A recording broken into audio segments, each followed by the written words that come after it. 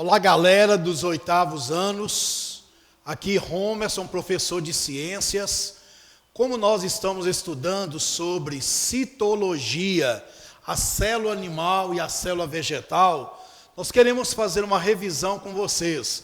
Então fiquem atentos ao conteúdo que já foi dado em sala de aula, a revisão e o uso do livro de ciências. A célula animal, como nós já sabemos, ela divide-se em 3 partes. Quais são? Membrana celular, citoplasma e núcleo. Essa membrana que envolve a célula, tanto animal quanto vegetal, ela permite a entrada e saída de nutrientes para dentro da célula. Ela tem uma membrana de permeabilidade seletiva. Ela entra e sai todos os nutrientes para dentro da célula. Isso para quê? Para a nossa sobrevivência. Esses nutrientes, eles são transformados e enviados para o citoplasma. No citoplasma, nós já aprendemos na sala que existem os organoides citoplasmáticos ou organelas citoplasmáticas, como, por exemplo, os retículos endoplasmáticos, que têm a função de transportes dentro da célula. Temos também os ribossomos, que têm a função de síntese de proteína, as mitocôndrias, que têm a função de produzir energia para a respiração da célula, os lisossomos, que têm a função de digestão da célula, e os centríolos, que servem como o transporte também dentro da célula. E por isso, o que difere uma célula animal de uma célula vegetal, nós já estudamos isso aqui. São 3 estruturas: os cloroplastos, vacúolos e a membrana celulósica. São as 3 estruturas que diferem a célula animal da célula vegetal. Por isso, nós podemos estabelecer uma diferença entre a célula animal e a célula vegetal. O que difere a célula animal da vegetal, principalmente os cloroplastos. Quem são os cloroplastos? Os organoides responsáveis de produzir a clorofila através do processo da fotossíntese dos vegetais.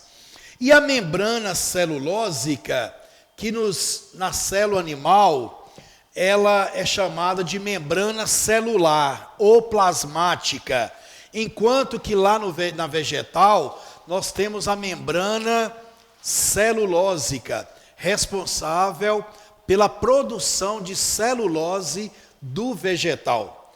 E os vacúolos, que são responsáveis para armazenar água para dentro da célula. Lembra que nós falamos na sala de aula que muitas vezes, em tempos de calor, você fica debaixo de uma árvore e solta algumas gotículas de água em você? Muitos até dizem: o vegetal está chorando, a planta está chorando. Isso nada mais é do que uma eliminação de excesso de água dentro dos vacúolos da célula vegetal.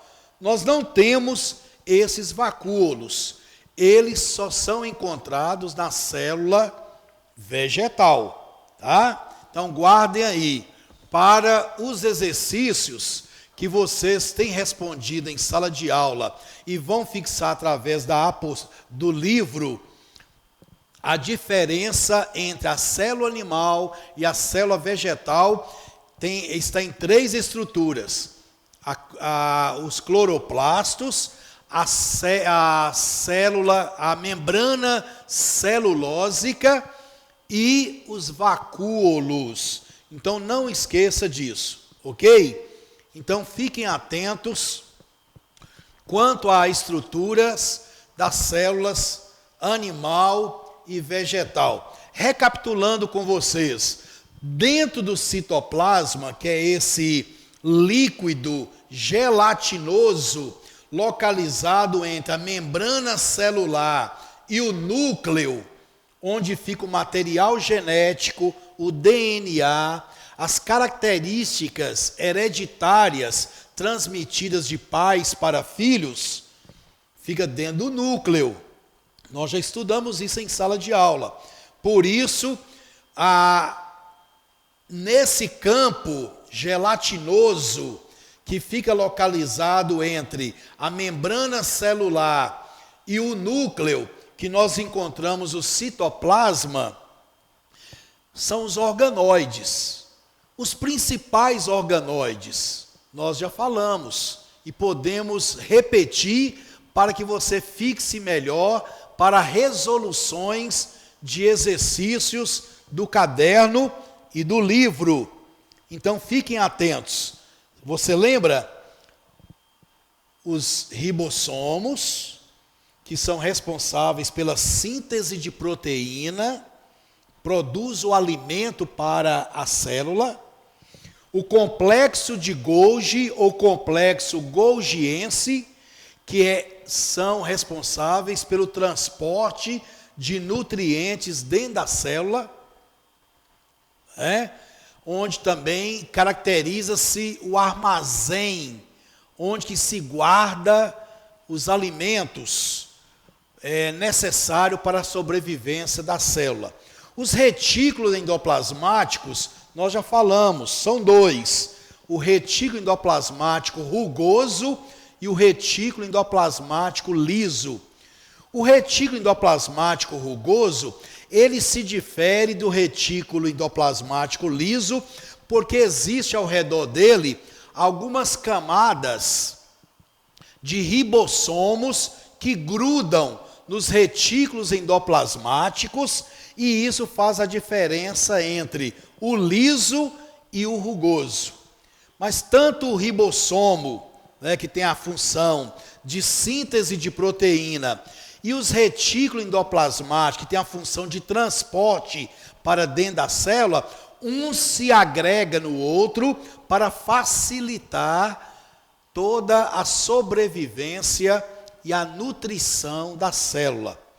Depois que isso acontece, o complexo de Golgi, que é onde são armazenados os nutrientes, manda-se para as mitocôndrias. E nas mitocôndrias é que tudo isso é transformado depois em energia para a sobrevivência das nossas células. Então as mitocôndrias, elas têm a função de produzir a energia, transformação de energia para a célula. Depois acontece o quê? Acontece os lisossomos, que entram na digestão, na facilitação dessa digestão desses nutrientes para a célula. E por último, nós temos os centríolos, que tem a função de divisão, de duplicar, de dividir as células para que possam se desenvolver o seu crescimento em todo o processo do organismo dos seres vivos.